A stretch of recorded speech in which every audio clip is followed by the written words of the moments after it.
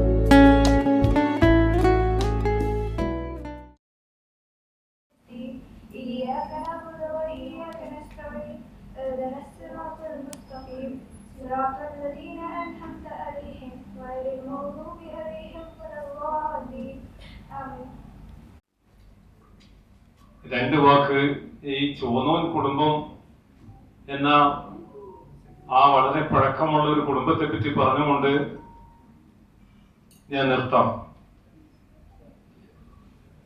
ഏകദേശം 200 വർഷം പഴക്കമുള്ള ഒരു കുടുംബ പാശ്ചാത്തലമാണ് മേൽ ചോന്നോൻ കുടുംബം, ഒടക്കായി ചോന്നോൻ എന്നറിയപ്പെടുന്ന ഈ കുടുംബത്തിന്റെ.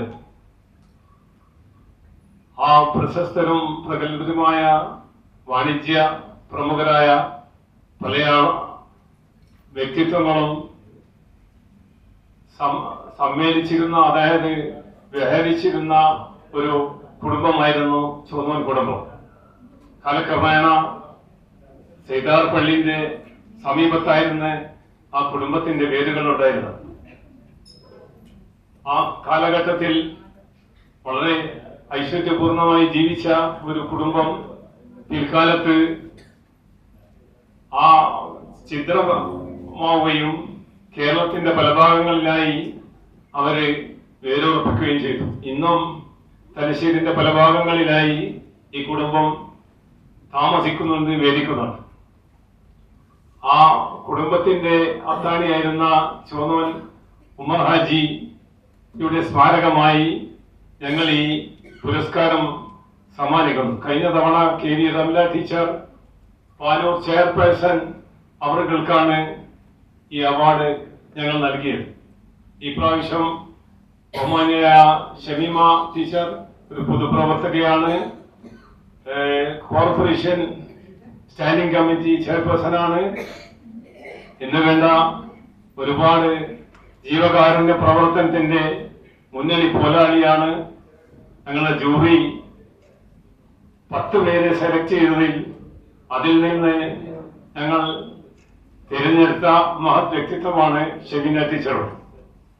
അദ്ദേഹം അവരുടെ സന്നിഹിതരായിരിക്കുന്നത് അവരെ ഞാൻ ആദരപൂർവം സ്വാഗതം ചെയ്യുകയാണ്. അതിനു പുറമെ ഈ കുടുംബത്തിന്റെ അത്താണിയും ഈ വ്യക്തിയും എന്തിന് ഏറെ പറയുന്നു, 2 വർഷം മുമ്പേ ഞങ്ങൾ ഒരു കുടുംബ സംഗമം ഇവിടെ സംഘടിപ്പിച്ചത് തലശ്ശേരി ടൗൺ ഹാളിൽ വെച്ച്. ഏകദേശം 500 പേര് ആ കുടുംബ സംഗമത്തിൽ സന്നിഹിതരാകുകയും അവരുടെ സാന്നിധ്യത്തിൽ ഇങ്ങനെ ഒരു പുരസ്കാരം കൊടുക്കുവാനും ധാരാളം ജീവകാരുണ്യ പ്രവർത്തനങ്ങൾക്ക് നേതൃത്വം കൊടുക്കുവാനും തീരുമാനിച്ചു. ആ തീരുമാനം ഞങ്ങൾ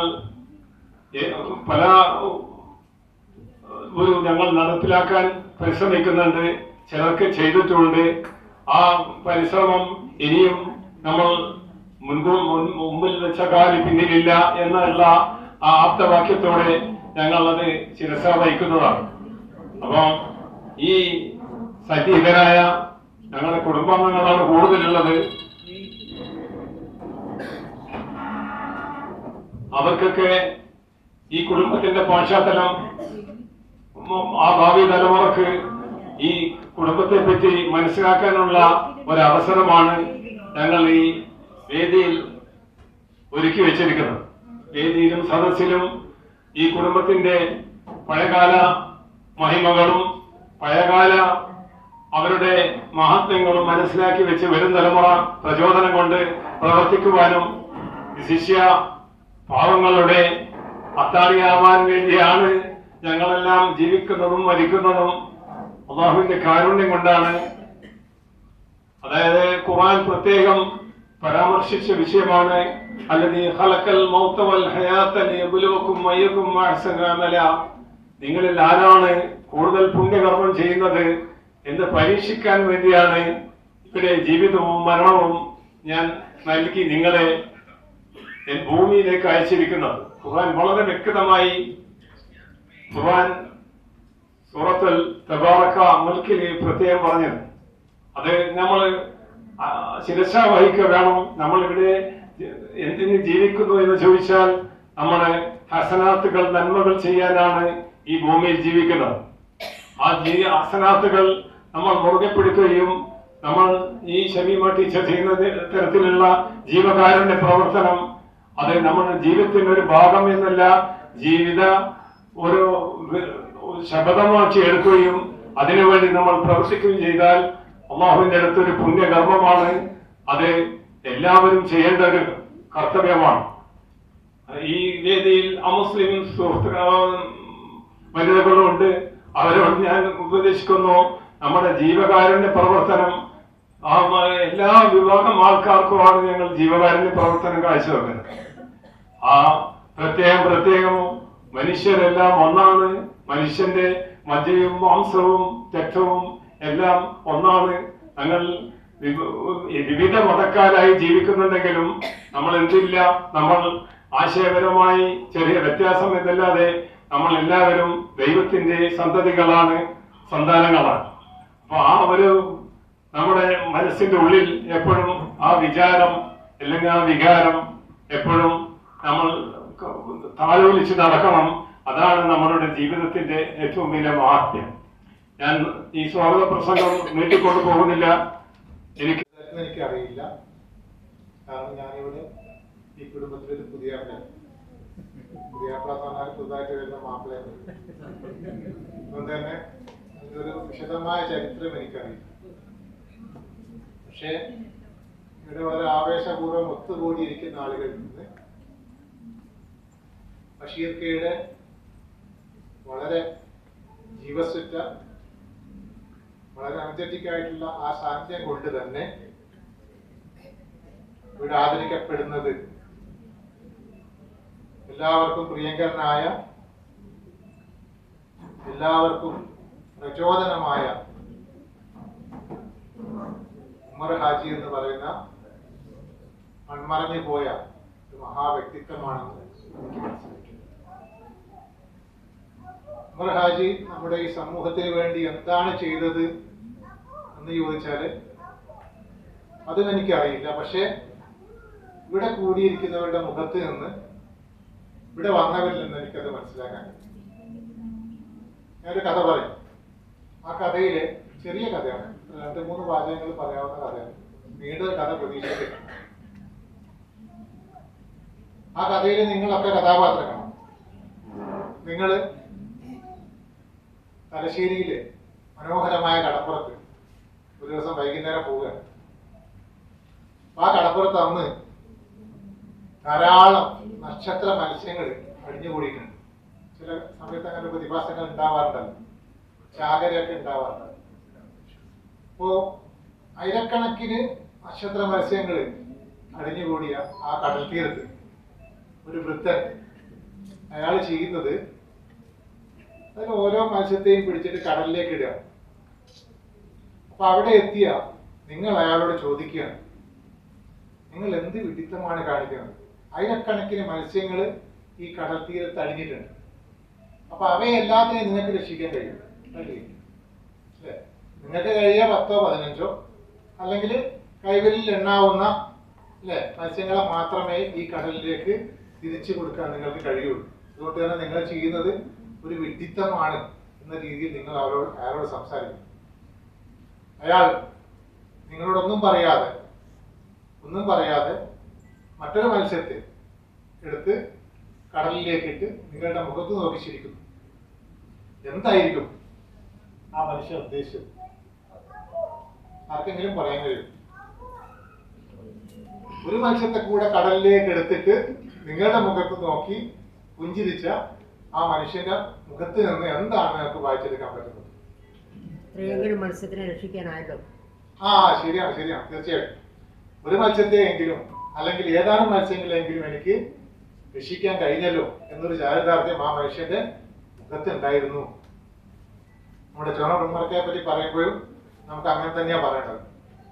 കേരളത്തിന് മുഴുവൻ സംഭാവന നൽകാൻ കഴിഞ്ഞൊരു വ്യക്തിയായിരിക്കണം എന്നില്ല അദ്ദേഹം, അല്ലെങ്കിൽ കണ്ണൂർ ജില്ലയ്ക്ക് മുഴുവൻ സംഭാവന നൽകാൻ കഴിഞ്ഞൊരു വ്യക്തിയായിരിക്കില്ല അദ്ദേഹം. പക്ഷെ തൻ്റെ ചുറ്റുപാടുകളിൽ, താൻ വളർന്ന സാഹചര്യങ്ങളിൽ, തൻ്റെ കുടുംബ സർക്കിളിനുള്ളിൽ തൻ്റെതായ വ്യക്തിമുദ്ര പതിപ്പിക്കാൻ കഴിഞ്ഞ വ്യക്തിയാണ് അദ്ദേഹം എന്ന് നമുക്ക് നിസ്സംശയം പറയാൻ പറ്റും. കാരണം അതുകൊണ്ടാണ് ഇത്രയും ആളുകൾ വളരെ ആവേശത്തോടെ ഈ ഉച്ച സമയത്ത് വ്യാഴാഴ്ച ഇവിടെ വന്നു ചേർത്തില്ല. സാധാരണ നമ്മളൊക്കെ ഞായറാഴ്ച നമ്മളൊക്കെ ഫ്രീ ആണ് അല്ലെ? കുട്ടികളെ സ്കൂളൊന്നും ഇല്ലാത്ത ദിവസമാണ്, എല്ലാവരും ഫ്രീ ആയിട്ടിരിക്കുന്ന ദിവസമാണ്, നമുക്ക് വീടുകളിൽ കാര്യമായ ജോലിയില്ലാത്ത ദിവസമാണ്, നമുക്ക് നമ്മുടെ തൊഴിൽ മേഖലകളിൽ പോകേണ്ടാത്ത ദിവസമാണ്. പക്ഷെ അതൊന്നും അല്ലാത്തൊരു പ്രവൃത്തി ദിനത്തിൽ ഇവിടെ വന്ന് നിങ്ങൾ ഇരിക്കുന്നു എന്നതിന്റെ അർത്ഥം ഉമ്മർക്കായോട് നിങ്ങളുടെ ഉള്ളിലുള്ള അഗാധമായൊരു സ്നേഹമാണ്. ആ സ്നേഹമാണ് ബഷീർക്ക 200 കൊല്ലത്തെ ചരിത്രമായിട്ട് നിങ്ങളുടെ മുമ്പിൽ വളരെ കുറഞ്ഞ വാക്കുകളിൽ അവതരിപ്പിച്ചത്. ബഷീർക്ക ബഷീർക്ക ഉപ്പാക്ക് കൊടുക്കാവുന്ന ഏറ്റവും വലിയൊരു സമ്മാനം കൂടിയാണ്. ഉപ്പ സമൂഹത്തിന് വേണ്ടി ചെയ്ത, തനിക്ക് വേണ്ടി ചെയ്ത കാര്യങ്ങളെ ഓർമ്മിക്കുക എന്ന് പറയുന്നത് വലിയൊരു കാര്യമാണ്. അങ്ങനെ ജീവിച്ചൊരു ഉപ്പ യഥാർത്ഥത്തില് ഏറ്റവും വലിയ ഉപ്പയാണ് അല്ലേ? സാധാരണ ഉപ്പ അല്ലത്, ചെറിയ ഉപ്പ അല്ലത്.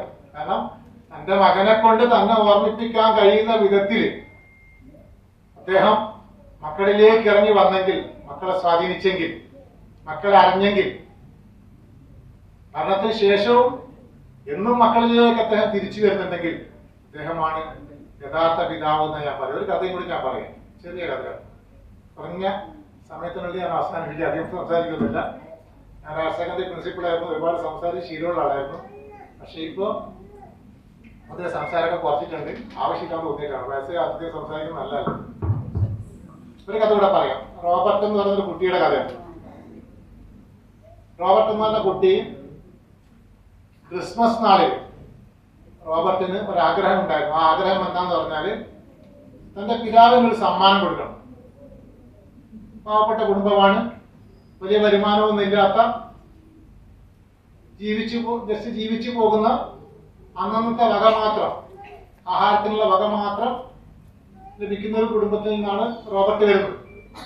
അപ്പൊ റോബർട്ടിന്റെ ആഗ്രഹം താൻ ഏറ്റവും കൂടുതൽ ഇഷ്ടപ്പെടുന്ന, സ്നേഹിക്കുന്ന, താൻ ആരാധിക്കുന്ന, താൻ ദൈവത്തെ പോലെ കരുതുന്ന തന്റെ പിതാവിന് ഒരു സമ്മാനം കൊടുക്കണമെന്നാണ്. റോബർട്ട് ആലോചിച്ച് എന്ത് ചെയ്യും? പണമില്ല കയ്യിൽ. അച്ഛനും താനും ഒക്കെ സാമ്പത്തിക കാര്യത്തില് ഒരേപോലെയാണ്, ഒന്നുമില്ല. അച്ഛനോട് ചോദിച്ച് വാങ്ങാൻ പറ്റില്ല. അപ്പൊ എന്ത് ചെയ്യും? അച്ഛന്റെ ജോലി എന്താന്ന് പറഞ്ഞാല് പശുക്കളെ പോറ്റിയിട്ട് അതിരാവിലെ എഴുന്നേറ്റ് ആ പശുക്കളൊക്കെ കറന്ന് പാല് കൊണ്ടുപോയി അങ്ങാടിയിൽ വിറ്റ് ആണ് അദ്ദേഹം ഉപജീവനം നയിക്കുന്നത്. അപ്പൊ ആ അച്ഛന് എന്ത് സമ്മാനമാണ് താൻ കൊടുക്കുക എന്ന് ആലോചിച്ച് അന്ന് രാത്രി ഒരുപാട് നേരം ഉറക്കമില്ലാതെ റോബർട്ട് കഴിച്ചു കൂട്ടി. ഒടുവിൽ റോബർട്ടിന്റെ മനസ്സിൽ ഒരു ആശയമുണ്ടായി. അച്ഛൻ എല്ലാ ദിവസവും പശുവിനെ കറക്കാൻ എഴുന്നേൽക്കുന്നത് 4 മണിക്കാണ്, പുലർച്ചെ 4 മണിക്കാണ്. തനിക്ക് അന്നം തരാൻ വേണ്ടിയിട്ട്, തന്റെ കുടുംബത്തെ പോറ്റാൻ വേണ്ടിയിട്ട്, തന്റെ കുടുംബത്തിന് ആശ്വാസമാകാൻ വേണ്ടി, സഹായമാകാൻ വേണ്ടിയിട്ട് അദ്ദേഹം എല്ലാ ദിവസവും 4 മണിക്ക് എഴുന്നേറ്റാണ് പശുവിനെ കറക്കുന്നത്. റോബർട്ട് വിചാരിച്ചു, അതുപോലുള്ള ഒരു ത്യാഗം അല്ല, അച്ഛന്റെ മനസ്സിൽ വളരെയേറെ സന്തോഷം ഉണ്ടാക്കുന്ന ഒരു കാര്യം അതാണല്ലോ അല്ലെ. സമ്മാനം എന്ന് പറയുന്നത് എന്താ? നമ്മളൊരു സമ്മാനം കൊടുക്കുമ്പോൾ നമ്മൾ പ്രതീക്ഷിക്കുന്നത് കുട്ടികളുടെ മനസ്സിൽ വലിയ സന്തോഷം ഉണ്ടാവും. നമ്മൾ കുട്ടികൾ കൊടുക്കുമ്പോൾ അങ്ങനെയല്ലേ, വലിയ സന്തോഷം ഉണ്ടാവും. അതുകൊണ്ട് തന്നെ രക്ഷകർത്താക്കൾ മിക്കവാറും ആൾക്കാർ കുട്ടികൾക്ക് ബൈക്കൊക്കെ വാങ്ങി കൊടുക്കാറുണ്ട് അല്ലേ. ഏറ്റവും തിരക്ക് പിടിച്ച ടൗണില് അതിവേഗത്തില് അല്ലേ ബൈക്ക് എടുത്തു പോകുന്ന നമ്മുടെ കുട്ടികളൊക്കെ കാണുമ്പോൾ നമുക്ക് മനസ്സിലാവുന്ന ഒരു കാര്യമാണ്. ഞാനൊരു പ്രിൻസിപ്പളായിട്ട് അധ്യാപകനായിരുന്നോണ്ടാണ് പറയുന്നത്. കുട്ടികളുടെ സ്നേഹം കൂടുമ്പോൾ പലപ്പോഴും ബൈക്ക് പോലുള്ള വില പിടിച്ച മൊബൈൽ ഫോൺ പോലുള്ള കാര്യങ്ങളോ വാങ്ങിച്ചു കൊടുക്കുക. അതുണ്ടാക്കുന്ന കൊല്ലാപ്പ് ചില്ലറൊന്നും ആയിരിക്കില്ല. അത് മനസ്സിലാക്കാതെ വാങ്ങിച്ചു കൊടുക്കും അല്ലേ. അപ്പൊ ആ സമ്മാനങ്ങളൊക്കെ കൊടുക്കുമ്പോൾ നമ്മളുടെ ഉള്ളിലുള്ള ഒരു വികാരമാണ്. എന്താ വികാരം?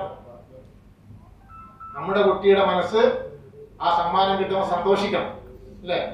ആ സന്തോഷം കൊണ്ട് അവന് നമ്മളുള്ള സ്നേഹം കൂടണം. അപ്പൊ അതുപോലെ ഒരു സമ്മാനത്തെ കുറിച്ചാണ് റോബർട്ട് ആലോചിച്ചുകൊണ്ടിരുന്നത്. ആ സമ്മാനം കൊടുക്കുന്ന സമയത്ത് അച്ഛന് തന്നോട് വളരെയധികം സ്നേഹം കൂടിക്കൂടി വരണം അല്ലേ.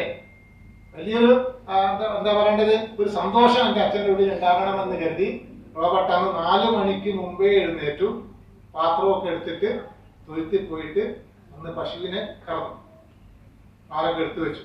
അച്ഛൻ രാവിലെ എഴുന്നേരം 4 മണിക്ക് എഴുന്നേറ്റ് അച്ഛൻ കാണുന്നത് ആ പശുവിനൊക്കെ നന്നായിട്ട് കറന്നിരിക്കുന്നു. തൊഴുത്തൊക്കെ വളരെ മനോഹരമായിട്ട് വൃത്തിയാക്കിയിരിക്കുന്നു. വളരെ നന്നായിട്ട് തലയും തൊഴുത്തും അതിന്റെ പരിസരവും ഒക്കെ നന്നായിട്ട് വൃത്തിയാക്കി വെച്ച റോബർട്ടിനെ കാണാം. അപ്പോ അച്ഛന്റെ ഉള്ളിൽ ഭയങ്കരമായ സന്തോഷമുണ്ട് അല്ലേ. അപ്പൊ അതുപോലുള്ള റോബർട്ടിനെ പോലുള്ള ഒരാളാണ് ബഷീർക്ക. ബഷീർക്ക് ഇപ്പൊ ചെയ്യുന്നത് അത് തന്നെയാണ്. തന്റെ ഉപ്പാക്ക് കൊടുക്കാവുന്ന ഏറ്റവും വലിയ സമ്മാനമാണ് ബഷീർക്ക് ഇപ്പൊ കൊടുക്കുന്നത് അല്ലേ. ലോകത്തിലെ ഏറ്റവും വലിയ സമ്പത്ത് മനുഷ്യനാണ്, ഹ്യൂമൻ റിസോഴ്സാണ്. എന്താ, നമ്മൾ വലിയ കെട്ടിടങ്ങൾ എടുത്തു വെച്ചാലോ അല്ലെങ്കിൽ ഒരുപാട് സമ്പത്തുകൾ ഉണ്ടാക്കിയാൽ അതൊന്നും നിലനിൽക്കാൻ പോകുന്നത് നമ്മുടെ മരണം വരെ മാത്രമേ ഉണ്ടാവൂ. അത് കഴിഞ്ഞാൽ അതവിടെ ഉണ്ടാവില്ല. അതേ സമയത്ത് നമ്മുടെ ഉള്ളിൽ നമ്മൾ ഉണ്ടാക്കിയെടുക്കുന്ന കുറെ സമ്പത്തുണ്ട്. ആ സമ്പത്തിന് നമ്മൾ സ്നേഹം എന്ന് പറയും, അറിവെന്ന് വിളിക്കാം. ഏത് ഷെനീമ ടീച്ചർ നമ്മൾ ആദരിക്കുന്നത് അതുകൊണ്ടാണ് അല്ലേ.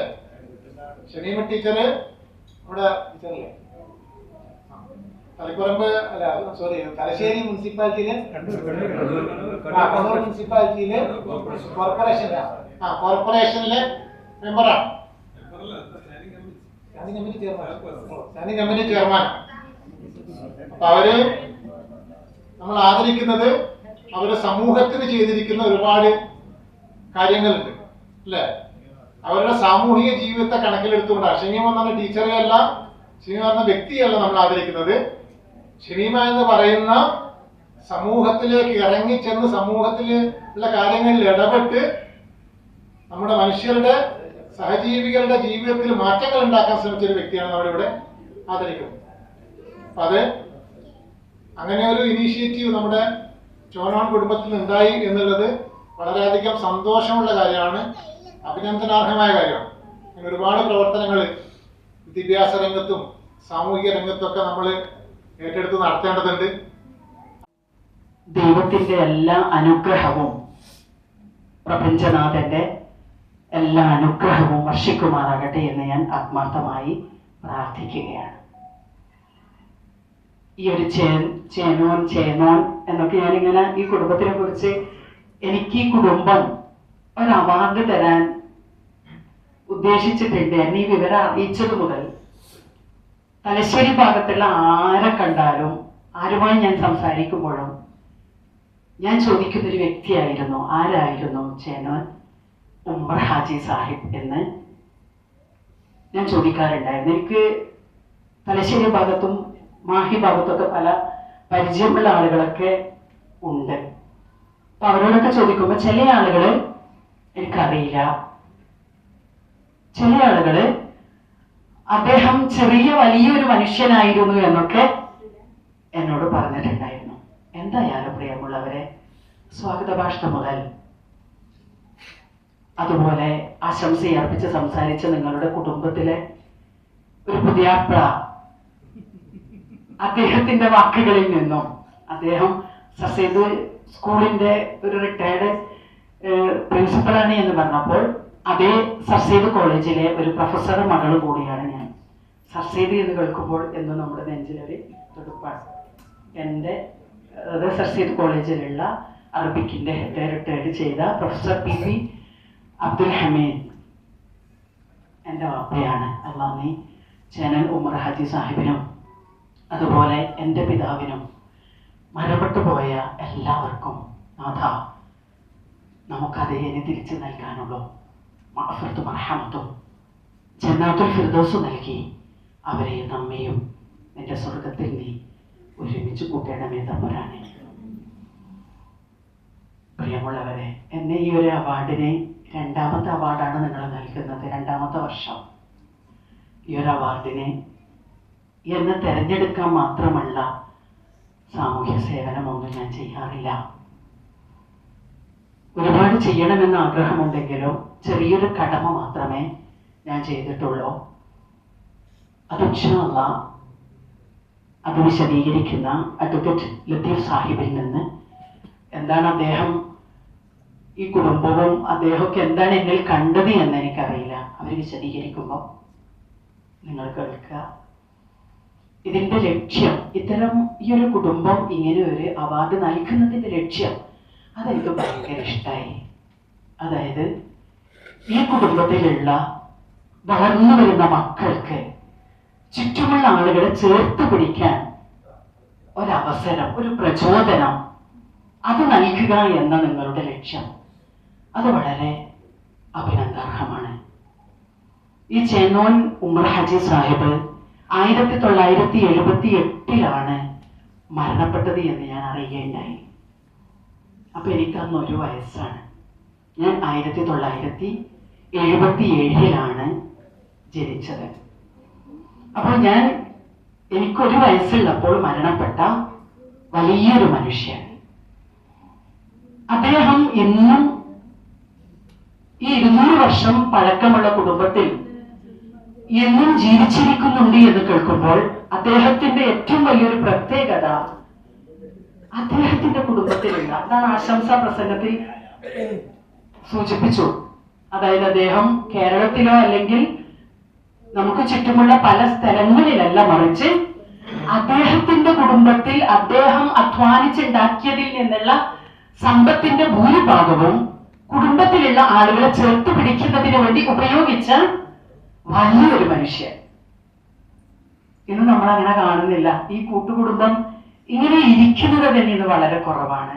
മുമ്പൊക്കെ നമ്മളൊക്കെ ചെറുപ്പത്തിലൊരു കല്യാണമൊക്കെ ഉണ്ടെങ്കിൽ ഒരു കല്യാണ വീട്ടിൽ എല്ലാവരും പ്രത്യേകിച്ച് സ്ത്രീകളൊക്കെ അരിയിൽ കല്ല് പറക്കാനൊക്കെ അല്ലേ, ഇന്നത്തെ അരിയിൽ കല്ലുമില്ല, ഇനി ഉണ്ടെങ്കിൽ തന്നെ ആരും വരും ചെയ്യാം, അത് വേറെ വിഷയം. അതൊക്കെ കോൺട്രാക്ട് കൊടുക്കും ഇന്ന് അരിയിലെ കല്ല് പറക്കാനായിട്ട്.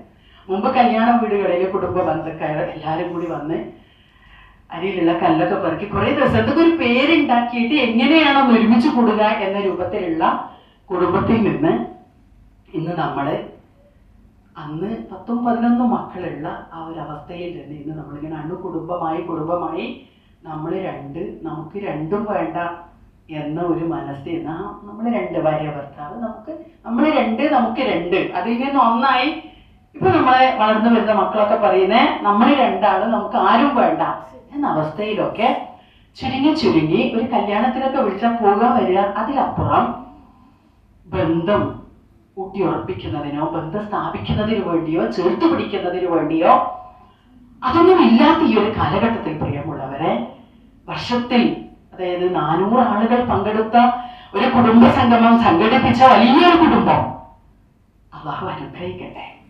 ഇത് എനിക്കൊക്കെ പ്രചോദനാണ്. ഇതുപോലെ ഇനിയും അതായത് നമ്മുടെ കുടുംബത്തിൽ നിങ്ങൾ കഴിഞ്ഞ വർഷം ഇതുപോലെ ഒരുമിച്ച് കൂടിയപ്പോൾ റംല ടീച്ചറെ കുറിച്ച് കേട്ടതുപോലെ ഇപ്പൊ എന്നെ കുറിച്ച് കേൾക്കുമ്പോൾ ഈ കൂട്ടത്തിൽ കൂടിയിരിക്കുന്ന ആർക്കെങ്കിലും നമുക്ക് ചുറ്റും വിഷമിക്കുന്ന ഏതെങ്കിലും ആരെങ്കിലും ചേർത്ത് പിടിക്കാനൊക്കെ സാധിച്ചാൽ പ്രിയമുള്ളവരെ, നമ്മുടെ ഈ ഇരുത്തം ഏറ്റവും നല്ല ഉപകാരപ്പെടുന്ന ഏറ്റവും നല്ല ഒരു അനുഗ്രഹീതമായ ഒരു കുടുംബവും ഒരു സദസ്സുമായി ഇതിനു വേണ്ടി എഫേർട്ട് എടുത്ത ഇതിനു വേണ്ടി പണിയെടുത്ത നമ്മുടെ അബ്ദുൽ ബഷീർ സാഹിബ് അടക്കമുള്ള ഓരോ വലതും ഇടതും നിന്ന് പ്രവർത്തിച്ച ആളുകൾക്കൊക്കെ ഈ ചെയ്തത് എത്രയോ വലിയ പുണ്യമുള്ള, പ്രത്യേകിച്ചൊരു കുടുംബം ഒരുമിച്ച് കൂടി ഒന്നിച്ചിരുന്ന് കൂടുകയും ഇങ്ങനെ പ്രവൃത്തിക്കൊക്കെ ചെയ്യുമ്പോൾ അതേറ്റവും വലിയ ഒരു അനുഗ്രഹീതമായ വലിയ കാര്യമാണ്. അള്ളാഹു അനുഗ്രഹിക്കട്ടെ എന്ന് ഈ ഒരു സമയത്ത് പ്രാർത്ഥിക്കാണ്. ഇതിലപ്പുറം ഞാനൊന്നും പറയാൻ ആഗ്രഹിക്കുന്നില്ല. കൂടിയ മുഴുവൻ ആളുകളെയും എന്നും പടച്ചറപ്പ് അനുഗ്രഹിക്കുമാറാകട്ടെ. ഇനിയും വരും വർഷങ്ങളിൽ ഇതിനേക്കാളും പല മേഖലകളിൽ കഴിവ് തെളിയിച്ച മാതൃകാപരമായ പ്രവർത്തനങ്ങളൊക്കെ കാഴ്ചവെച്ച ആളുകളെ നിങ്ങൾക്ക് ചേർത്ത് പിടിക്കാൻ, അത് നിങ്ങളുടെ കുടുംബത്തിൽ അത്തരം വ്യക്തിത്വങ്ങളെ നിങ്ങളുടെ കുടുംബത്തിലുള്ള ആളുകൾക്ക് പരിചയപ്പെടുത്തി കൊടുക്കാനൊക്കെ സാധിച്ചാൽ അത് ഏറ്റവും വലിയ കുടുംബത്തിന് ചെയ്യാൻ സാധിക്കുന്ന, വളർന്നു വരുന്ന നമ്മുടെ മക്കൾക്ക് കാണിച്ചു കൊടുക്കാൻ സാധിക്കുന്ന ഏറ്റവും വലിയ നല്ല കർമ്മമാണ് എന്ന് മാത്രം ഓർമ്മപ്പെടുത്തിക്കൊണ്ട് എന്നെ ക്ഷണിച്ചതിലുള്ള നന്ദിയും അതുപോലെ കടപ്പാടും അറിയിച്ചുകൊണ്ട് എൻ്റെ പ്രാർത്ഥനയിൽ എന്നും ചെന്നോൻ ഉമ്മർ ഹാജി അടക്കമുള്ള നിങ്ങളുടെ കാരണവർ അടക്കമുള്ള ആളുകൾക്ക് വേണ്ടി കുടുംബത്തിന് വേണ്ടി എൻ്റെ പ്രാർത്ഥനയിൽ ഉൾപ്പെടുത്തുമെന്ന് മാത്രം ഓർമ്മപ്പെടുത്തിക്കൊണ്ട് ഈ വന്നിരിക്കുന്ന മുഴുവൻ ആളുകളെയും അഭിവാദ്യം ചെയ്തുകൊണ്ട് നമ്മുടെ കുടുംബത്തിൽ നിന്നൊക്കെ മരണപ്പെട്ടു പോയ എല്ലാവർക്കും നാഥൻ മഅഫറത്തും റഹ്മത്തും ജന്നാത്തുൽ ഫിർദൗസും നൽകി അനുഗ്രഹിക്കുമാറാകട്ടെ എന്ന് പ്രാർത്ഥിച്ചുകൊണ്ട് 200 വർഷം പഴക്കമുള്ള ഈ ഒരു കുടുംബം 46 വർഷമായി മരണപ്പെട്ടു പോയ വലിയൊരു കാരണവരെ കുറിച്ച് ആ ഒരു അനുസ്മരണ ചടങ്ങിൽ ഒരുമിച്ച് കൂടുമ്പോൾ പ്രിയമുള്ളവരെ, ഒരു 10, 20, 25 വർഷം കഴിയുമ്പോൾ ഈ ചേന്നോൻ കുടുംബത്തിൽ നിന്ന് തന്നെയുള്ള പല വ്യക്തിത്വങ്ങളെ, പല മേഖലകളിൽ കഴിവ് തെളിയിച്ച വ്യക്തിത്വങ്ങളെ ആദരിക്കാൻ, ചേർത്ത് പിടിക്കാൻ നിങ്ങൾക്ക് സാധിക്കുമാറാകട്ടെ എന്ന് പ്രാർത്ഥിച്ചുകൊണ്ട് ഈ കാരണവന്മാരുടെ പാത പിൻപറ്റിക്കൊണ്ട് കുടുംബത്തിലുള്ള അല്ലാഹുവിന്റെ പ്രവാചകൻ പഠിപ്പിച്ചത് തന്നെ ധർമ്മം നൽകിയാൽ ഒരു പുണ്യാണ്, അത് തൻ്റെ കുടുംബത്തിന് നൽകിയാൽ 2 പുണ്യമുണ്ട് എന്നാണ് പ്രവാചകൻ പഠിപ്പിച്ചത്.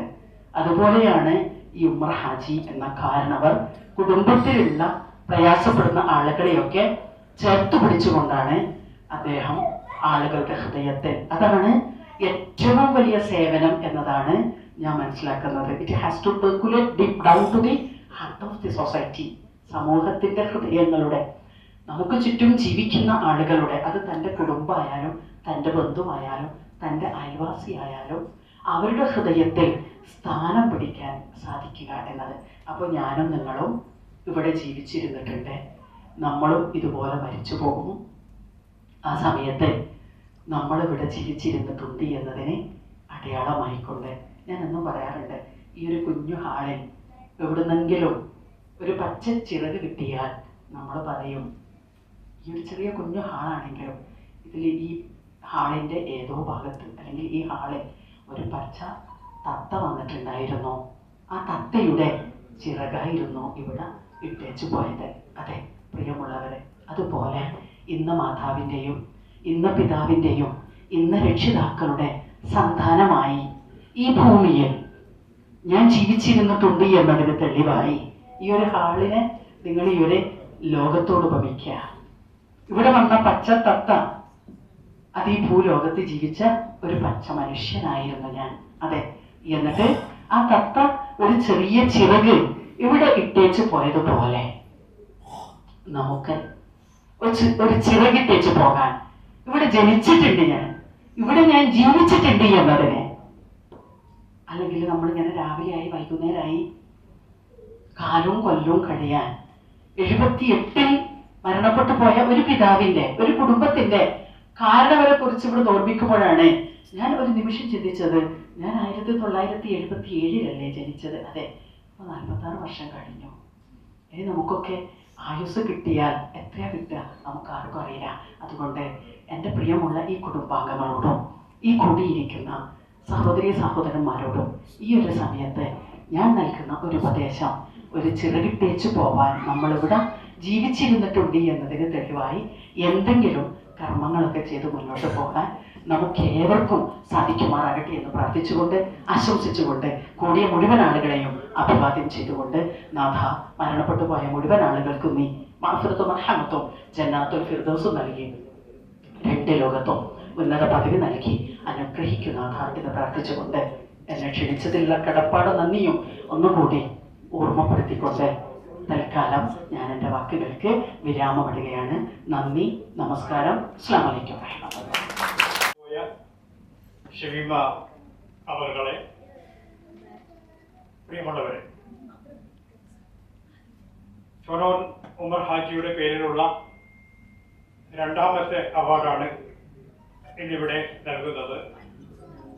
അവാർഡ് ജേതാവിനെ പരിചയപ്പെടുത്താനുള്ള ബഹുമാന്യനായ കെ ലത്തീഫ് സാഹിബ് ഇവിടെ സന്നിഹിതനായിട്ടുണ്ട്. അതുകൊണ്ട് ഷമീമയെ കുറിച്ച് ഞാൻ അധികമൊന്നും പറയുന്നില്ല. ചരിത്രം രേഖപ്പെടുത്തിയവരുടെയും രേഖപ്പെടുത്താത്തവരുടെയും കൂടെ കഥയാണ്. നമ്മൾ വായിക്കുന്ന ചരിത്രങ്ങളെല്ലാം ലിഖിതങ്ങളായ ചരിത്രങ്ങളാണ്.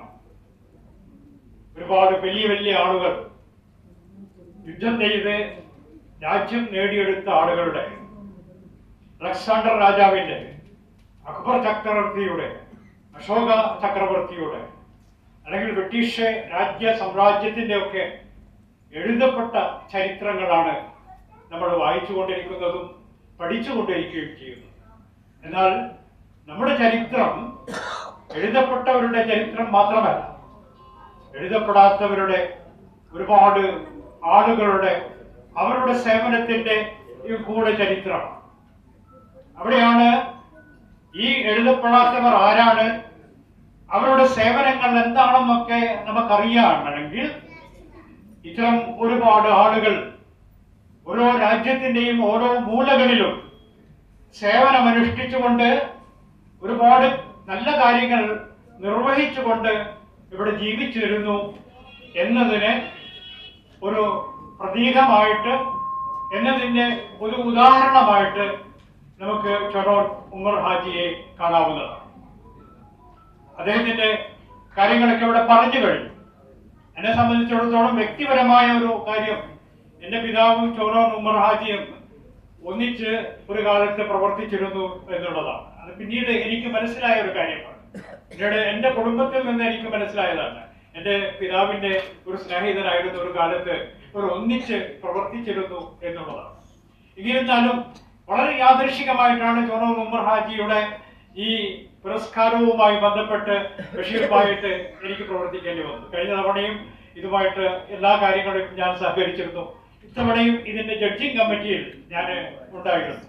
ജഡ്ജിങ് കമ്മിറ്റിയിൽ നേരത്തെ പറഞ്ഞതുപോലെ തന്നെ കുറച്ച് ആളുകളുടെ പേര് നിർദ്ദേശിക്കപ്പെട്ടിട്ടുണ്ടായിരുന്നു. അതിൽ നിന്ന് തിരഞ്ഞെടുക്കപ്പെടാനാണ് പറഞ്ഞത്. അതുകൊണ്ട് ഈ ഷമീമയെ തിരഞ്ഞെടുക്കുമ്പോൾ അതിൽ മറ്റുള്ളവരെ കൂടെ വിലയിരുത്തിക്കൊണ്ടാണ് ഇതെടുത്തത്.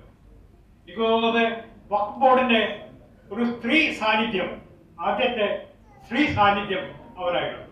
വഖഫ് ബോർഡ് സാധാരണഗതിയിൽ ഒരു പുരുഷ മേധാവിത്വമുള്ള ഒരു സംഘടനയാണ്, ഒരു സ്ഥാപനമാണ്. അവിടെ ആദ്യമായ ഒരു സ്ത്രീ, ആ സ്ത്രീ ആരായിരിക്കണമെന്നൊരു തിരഞ്ഞെടുപ്പ് നടത്തുമ്പോൾ ആ തിരഞ്ഞെടുപ്പ് നടത്താൻ ഒരു പ്രത്യേക ഗുണങ്ങൾ ആ വനിതയ്ക്ക് ഉണ്ടായിരിക്കണം.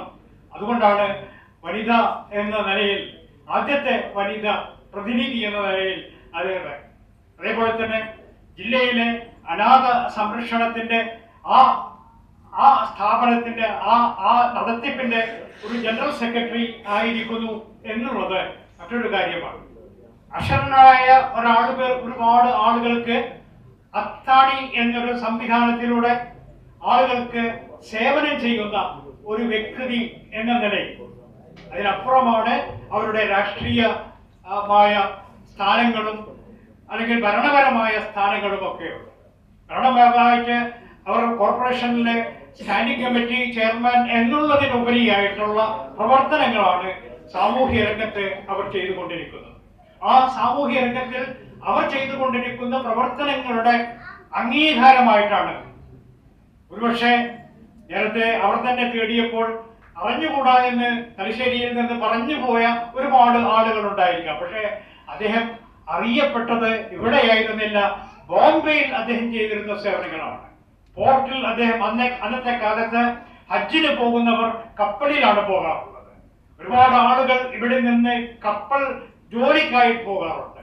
അവർക്കൊക്കെ സഹായിയായിട്ട് അവിടെ ബോംബെയിൽ അദ്ദേഹത്തിന് സഹായിയായിട്ടുണ്ട് എന്നുള്ള കാര്യം എനിക്ക് നേരത്തെ അദ്ദേഹത്തിന്റെ പിന്നീടാണ് ഞാൻ ഓർക്കുന്നത്.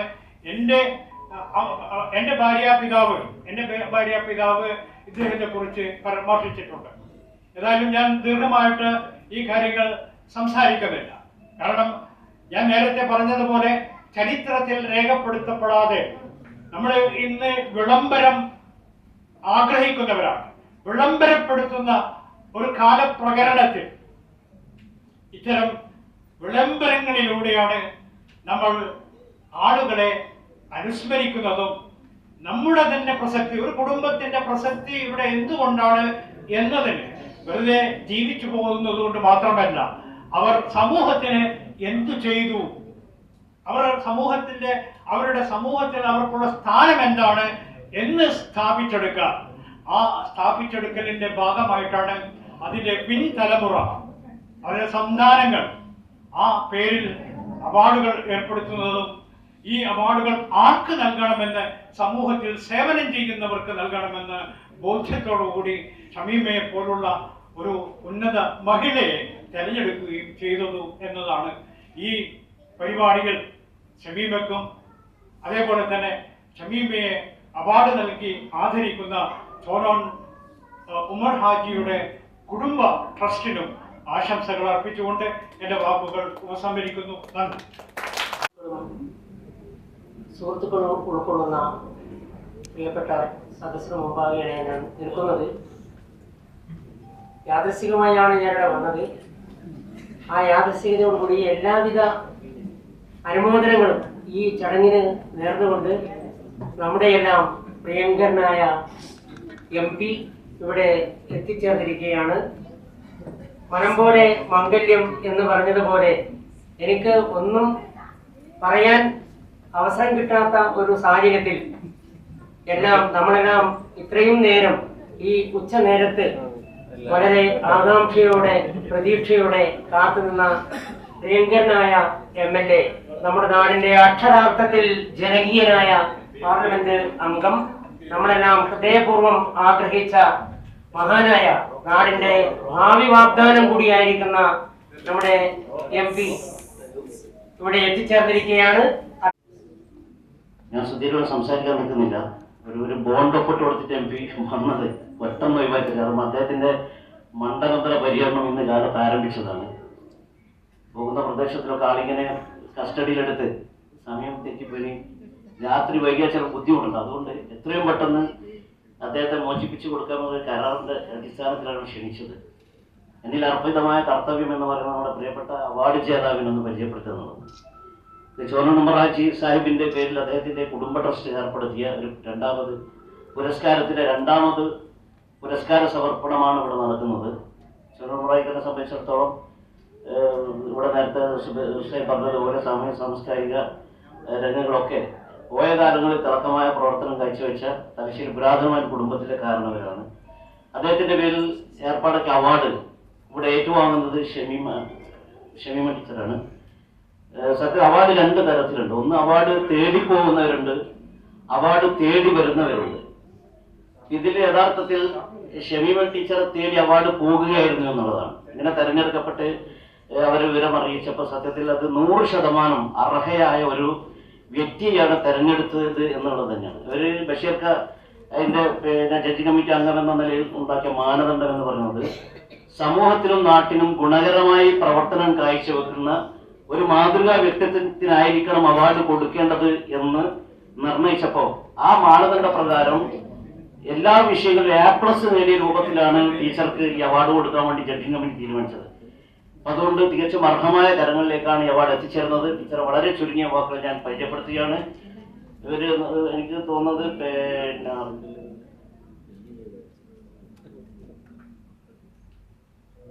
1977 പ്രൊഫസർ PP അബ്ദുൽ ഹമീദ് സാഹിബ് സർസിലെ പ്രൊഫസറായിരുന്നവരുടെയും അതുപോലെ തന്നെ പാട്ടപ്പള്ളി ഖദീജയുടെ മകളായിട്ടാണ് ഷമീമ ടീച്ചർ ജനിക്കുന്നത്. ഇവിടെ ഹസ്ബൻഡ് PK കാലി സാഹിബ് ഇവിടെ ഉണ്ടെന്നാ തോന്നുന്നു. സ്കൂൾ അധ്യാപകനാണ് ടീച്ചർ. ടീച്ചറുടെ സ്വയം പ്രയത്നവും കഠിനാധ്വാനത്തിന്റെ ഫലമായിട്ടാണ് ഈ രൂപത്തിലേക്ക് ടീച്ചർ മാറി വളർന്നു വന്നെന്നുള്ളത്. ഒരുപാട് സ്ഥാനങ്ങളിലേക്ക് കടന്നു. നമുക്കറിയാം ഒരുപാട് സ്ത്രീകൾ നമ്മുടെ കൂട്ടത്തിലുണ്ടെങ്കിലും ഒരു ദൈവത്തിന്റെ അനുഗ്രഹമുള്ള രൂപത്തിലാണ് ആ ടീച്ചറിന്റെ വളർച്ച ഞാൻ നോക്കിക്കാണുന്നത്. ഒരു നോക്കിക്കണ്ട വ്യക്തിയൊക്കെ മനസ്സിലാക്കാൻ സാധിച്ചത്. നിങ്ങളുടെ പറഞ്ഞല്ലോ സ്ത്രീ സാന്നിധ്യം ആദ്യമായി കേരള വഖഫ് ബോർഡിൽ UDF ഗവൺമെന്റ് ഭരിക്കുന്ന ഘട്ടത്തിലാണ് തോന്നുന്നു കേരള വഖഫ് ബോർഡിലേക്ക് ഒരു വനിതാ പ്രതിനിധി വേണമെന്ന് ഉള്ള ഒരു നിയമപരമായ ഒരു ഇത് വന്നപ്പോൾ ഒരു സംശയവും കൂടാതെ പണ്ഡിതന്മാരുമായിട്ടൊക്കെ ആലോചിച്ചപ്പം ഒരു പുരുഷ പാണ്ഡിത്യത്തിന്റെ ഒരു മറുരൂപം എന്ന രൂപത്തിൽ വിശുദ്ധ ഖുർആനടക്കം പഠിപ്പിക്കുന്ന ഖുർആൻ പഠന ക്ലാസ്സുകളൊക്കെ നടത്തുന്ന വഖഫ് വിഷയങ്ങളിൽ അഗാധമായ പാണ്ഡിത്യം ഒരു വനിത എന്ന നിലയിലാണ് ടീച്ചറെ ആ ഒരു പദവി അന്ന് തേടിയെത്തി കേരള വഖഫ് ബോർഡിന്റെ വനിതാ അംഗം എന്നാണ് തെരഞ്ഞെടുക്കുന്നത്. ഇപ്പൊ കണ്ണൂർ ക്ഷേമകാര്യ സ്റ്റാൻഡിംഗ് കമ്മിറ്റിയുടെ ചെയർപേഴ്സണാണ് തെരഞ്ഞെടുക്കപ്പെട്ട ഒരു ജനപ്രതിനിധി എന്ന നിലയിൽ. ക്ഷേമകാര്യം എന്ന് പറയുന്നത് ഈ സത്യത്തിൽ ഈ സാമൂഹ്യ സേവന സന്നദ്ധ പ്രവർത്തനങ്ങൾ ഒരുപാട് മറ്റ് സ്റ്റാൻഡിംഗ് കമ്മിറ്റികൾ ഉണ്ടെങ്കിൽ പോലും പൊതുമരാമത്ത് പോലെയുള്ള എന്താ പറയുക ഇവിടെ പറയാൻ പാടില്ലെങ്കിലും പണം കഴിക്കുന്ന മരുന്ന രൂപത്തിൽ ചില ആളൊക്കെ കാണുന്ന മേഖലയാണ്. ടീച്ചർ ഇഷ്ടപ്പെട്ടത് പറഞ്ഞപ്പോൾ വേണ്ടത് പെൻഷൻ അടക്കമുള്ള വയോജനങ്ങളെ സഹായിക്കുന്ന ക്ഷേമ പ്രവർത്തനം ഉൾക്കൊള്ളുന്ന സാമൂഹ്യ പ്രതിബദ്ധതയോടെ കൈകാര്യം ചെയ്യാൻ പറ്റാവുന്ന ഒരു വകുപ്പ് എന്ന നിലയിലാണ് അവരെ അന്ന് കോർപ്പറേഷന്റെ നേതൃത്വം സാമൂഹ്യ ക്ഷേമ കാര്യ സ്റ്റാൻഡിംഗ് കമ്മിറ്റി ചെയർപേഴ്സണായിട്ട് അവരെ തെരഞ്ഞെടുത്തത്. അതുപോലെ തന്നെ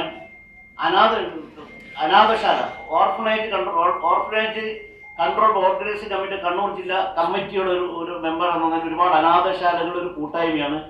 അതിലേക്ക് എത്തിച്ചത് ടീച്ചറുടെ പിന്നെ അത്താണി എന്ന് പറയുന്ന ഒരു അഗതി മന്ദിരമുണ്ട്. ഇന്നിപ്പോ 75ഓളം നിരാലംബരായ പാവപ്പെട്ട ഗതിയില്ലാത്ത സമൂഹത്തിൽ ഒറ്റപ്പെട്ടുപോയ സ്ത്രീകളെ സംരക്ഷിക്കുന്ന അത്താണി എന്ന് പറയുന്ന ഒരു വലിയ സ്ഥാപനത്തിന്റെ ഒരു അധിപയാണ് അവർ. സത്യത്തില് ഒരു പുരുഷന്മാരുടെ സഹായം നമ്മളെ മെഹറമില്ലാതെ അജ്ജിന് കൊണ്ടുപോകുന്ന ഇപ്പൊ അടുത്തതില് ആൺതുണയില്ലാതെ പോകാൻ അടുത്താണ്. എന്നാൽ ആൺതുണയില്ലാതെ ഒരു സ്ത്രീകൾ മാത്രമുള്ള ഒരു ട്രസ്റ്റ്, അതിന്റെ ചെയർമാനും സ്ത്രീയാണ്, അതിന്റെ സെക്രട്ടറി സ്ത്രീയാണ്, അതിന്റെ ട്രഷറർ സ്ത്രീയാണ്, അതിന്റെ മെമ്പർമാരൊക്കെ സ്ത്രീയാണ്.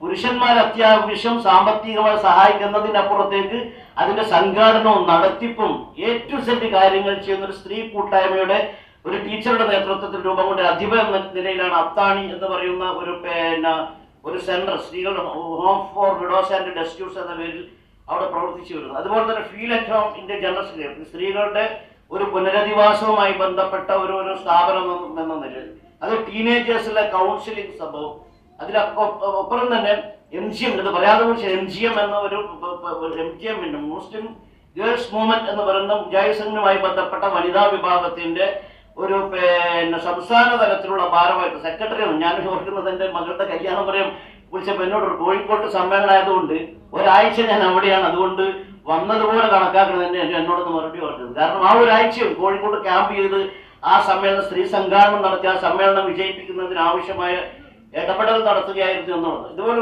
ഒരു പറയാൻ ഒരുപാടുണ്ട്. പക്ഷെ MP-ക്ക് ഒരു അസൗകര്യം ആവുന്ന ഞാൻ ചുരുക്കി മാത്രം പറയണം. അങ്ങനെ പൊതുരംഗത്ത് വിദ്യാഭ്യാസ രംഗത്തായാലും മറ്റു മേഖല എനിക്കൊന്ന് എൻ്റെ വീട്ടിന്റെ അടുത്ത് തന്നെ ഒരു വീട്ടിൽ വന്ന് ഖുർആൻ ക്ലാസ് ജില്ലയിലെ പല ഭാഗങ്ങളിൽ സ്റ്റേറ്റിന്റെ പല ഭാഗങ്ങളിൽ ഖുർആൻ ഹദീസ് പഠനവുമായി ബന്ധപ്പെട്ട നിരന്തരമായ ക്ലാസ്സുകൾക്കുണ്ട്. ഇപ്രാവശ്യം എന്തോ ഒരു സംഭവത്തിനെ കുറിച്ച് കൊല്ലത്തായിരുന്നു, അവിടെ ഒരു ഇതുപോലെ ഒരു പരിപാടിയിൽ പങ്കെടുക്കപ്പെട്ടത്. അങ്ങനെ ഞാൻ പറഞ്ഞു വരുന്നത് ചോനൂർ കുടുംബത്തിന് 100% സംതൃപ്തിയടയാം. നിങ്ങൾ അവാർഡ് നൽകുന്ന നിങ്ങളുടെ കുടുംബനാഥന്റെ പേരിൽ അവാർഡ് നൽകുന്നത് 100-ൽ 101% അർഹയായ ഒരു വ്യക്തിയുടെ കൈകളിലേക്കാണ് ഈ അവാർഡ് എത്തിച്ചേർന്നെന്ന് മാത്രം സൂചിപ്പിച്ചുകൊണ്ട് ഈ ചടങ്ങിന് എല്ലാവിധ ഭാവങ്ങളും അർപ്പിച്ച് ലളിതമായ ഭാഷയിൽ അവാർഡ് ജേതാവിനെ നിങ്ങളുടെ മുമ്പാകെ പരിചയപ്പെടുത്തിക്കൊണ്ട് ഞാൻ നിർത്തുന്നു. അസ്സലാമു അലൈക്കും.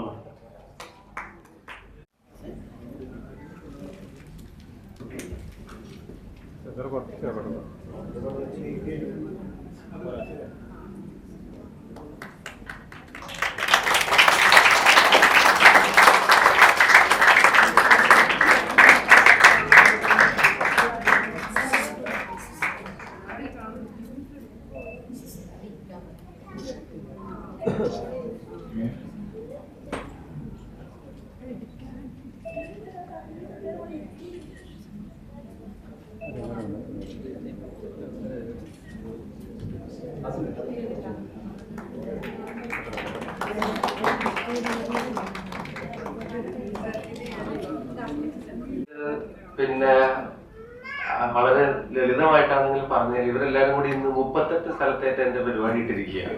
എന്നിട്ട് ഇവിടെ വിനയ അഭിനയിച്ചിട്ട് ഒരു തിരക്കെന്നൊക്കെ പറഞ്ഞ് രാവിലെ 8:30 മുതൽ ഇന്ന് രാത്രി 12 മണി വരെ ഇവരിന്ന് ഓടിക്കാൻ തീരുമാനിച്ചിട്ടാണ് ഇവിടെ വന്നിരിക്കുന്നത്. അതിന്റെ ഇടയിൽ ചോറ് തിന്നാൻ വേണ്ടി നിർത്തിയ ഗ്യാപ്പിലാണ് ഞാൻ ഓടി ഇവിടെ നിന്ന് വന്ന് മുഖം കാണിച്ച് തിരിച്ചു ഓടി അവിടെ തന്നെ ചെല്ലണം. കാരണം പര്യടനം വൈകും തോറും വഴിയിൽ നിൽക്കുന്ന ആളുകളും അവിടെ കാത്തിക്കുന്നവരൊക്കെ വൈകും എന്നുള്ളത് കൊണ്ട് ഞാൻ വലിയ പ്രസംഗത്തിനൊന്നും മുതിരുന്നില്ല.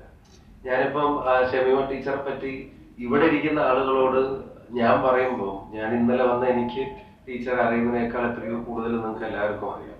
അതുപോലെ തന്നെ ചേനോൻ ഉമ്മറാജിയുടെ കുടുംബത്തിന് മുമ്പിൽ അദ്ദേഹം ചെയ്ത കാര്യങ്ങളെ സംബന്ധിച്ചും ഇവിടെ നിന്ന് ദീർഘമായി പ്രസംഗിക്കുമ്പോൾ അതൊക്കെ എന്നേക്കാൾ കൂടുതൽ അറിവുള്ളവരുടെ മുമ്പിലാണ് എന്നുള്ള ബോധ്യം എന്നെ സംബന്ധിച്ചിടത്തോളം. പക്ഷെ എൻ്റെ ഒരു അനുഭവം ഇപ്പോ ഞാൻ കൈമാറിയ ഈ അവാർഡിന്റെ ക്യാഷ് അവാർഡ് ഇപ്പൊ ഞാൻ ടീച്ചറെ ഏൽപ്പിച്ച ആ കവറ് അവിടെ നിന്നിട്ട് എന്റെ മുമ്പിൽ ടീച്ചർ ലത്തീഫ് വക്കീലിനോട് പറഞ്ഞത് ആ പൈസ ഞാൻ CH സെന്ററിലേക്ക് തിരിച്ചു തരികയാണ് എന്നുള്ളതാണ്. അവർ ടീച്ചർക്ക് എന്തുകൊണ്ടാണ് അവാർഡ് കിട്ടിയത് എന്നുള്ളതിനെ സംബന്ധിച്ച് നിങ്ങൾക്ക് നേരത്തെ ബോധ്യമുണ്ട്, സംഘാടകർക്കുണ്ട്, അവാർഡ് കമ്മിറ്റിക്കുണ്ട്, എനിക്കും നന്നായിട്ട് ബോധ്യപ്പെട്ടു എന്നുള്ളതാണ് ഇവിടെ ഇരിക്കുമ്പോൾ എനിക്ക് പറയാനുള്ള പ്രധാനപ്പെട്ട ഒരു കാര്യം. ഞാൻ കഴിഞ്ഞ ദിവസം പാലക്കാട് ഒരു ഗംഗാരേട്ടൻ ദേവുവെച്ച് അവർക്കൊരു പിന്നെ സ്ട്രോക്ക് വന്ന് കയ്യിനൊന്നും വയ്യാണ്ടായി ഒരു ടാർപോളിൻ ഷീറ്റിന്റെ താഴെ താമസിക്കുന്നവര് അതിന്റെ ഒരു വാർത്ത വന്നപ്പോൾ അവിടെ ഒരു കുട്ടിക്കാന്ന് പറഞ്ഞ അജ്ഫാൻ ഗ്രൂപ്പിന്റെ അദ്ദേഹം ഒരു അത് കണ്ടിട്ട് നമുക്ക് അവർക്ക് ഒരു വീട് വെച്ചു കൊടുക്കാന്ന് പറഞ്ഞു. 2-3 മാസം മുമ്പ് ഒന്ന് തറക്കല്ലിട്ടിരുന്നു. കഴിഞ്ഞ ദിവസം തിരുവോണത്തിന്റെ അന്ന് അതിന്റെ താക്കോൽ ദാനം നടത്തി. അപ്പൊ ഞങ്ങള് വണ്ടിയിൽ ഇങ്ങനെ പോയിക്കൊണ്ടിരിക്കുമ്പോൾ മൂപ്പരിങ്ങനെ ചെറുപ്പത്തിൽ പ്രയാസപ്പെട്ടതും പിന്നെ കുറെ കഷ്ടപ്പെട്ടതും വർഷത്തിൽ പോലും ബുദ്ധിമുട്ടിയ ഒരു കാലത്ത് നിന്ന് പിന്നെ വിദേശത്ത് പോയി അവിടെ കഷ്ടപ്പെട്ട കാര്യമൊക്കെ പറഞ്ഞിട്ട് ഞാൻ ഇങ്ങനെ ചോദിച്ചു ഇപ്പം എന്താണ് നേടിയത് എന്ന് ചോദിച്ചപ്പോ പുള്ളി പറഞ്ഞൊരു പ്രധാനപ്പെട്ട ഉത്തരം, മോനെ ഞാൻ എന്താണോ കൊടുത്തത് അതാണ് ഞാൻ നേടിയത്, അതാണ് എന്റെ, ബാക്കി ഒന്നും എന്റെ അല്ല എന്നുള്ളതാണ് അദ്ദേഹം മറുപടി പറഞ്ഞത്. അപ്പം ഈ മനുഷ്യന്റെ ഇപ്പൊ കൊടുക്കാന്നുള്ളത് സാമ്പത്തികത്തിന്റെ മാത്രം കാര്യമില്ല. ഞാൻ കഴിഞ്ഞ ദിവസം മണിയൂര് അഭിരാമി എന്ന് പറഞ്ഞൊരു കുട്ടിക്ക് കിഡ്നിക്ക് പിന്നെ അസുഖം വന്നു, ട്രാൻസ്പ്ലാന്റേഷൻ വന്നു, വീടില്ലാത്തവരായിരുന്നു, ചികിത്സിക്കാൻ പൈസയില്ല. നാട്ടിലെല്ലാരും കൂടെ സംഘടിച്ച് അവർക്ക് വേണ്ടി മറ്റേ ഒരു കമ്മിറ്റി ഉണ്ടാക്കി. ആ കമ്മിറ്റി അഭിരാമിക്ക് ട്രീറ്റ്മെന്റ് ട്രാൻസ്പ്ലാന്റേഷൻ അമ്മ കിഡ്നി കൊടുത്തു, ട്രാൻസ്പ്ലാന്റേഷൻ കഴിഞ്ഞു.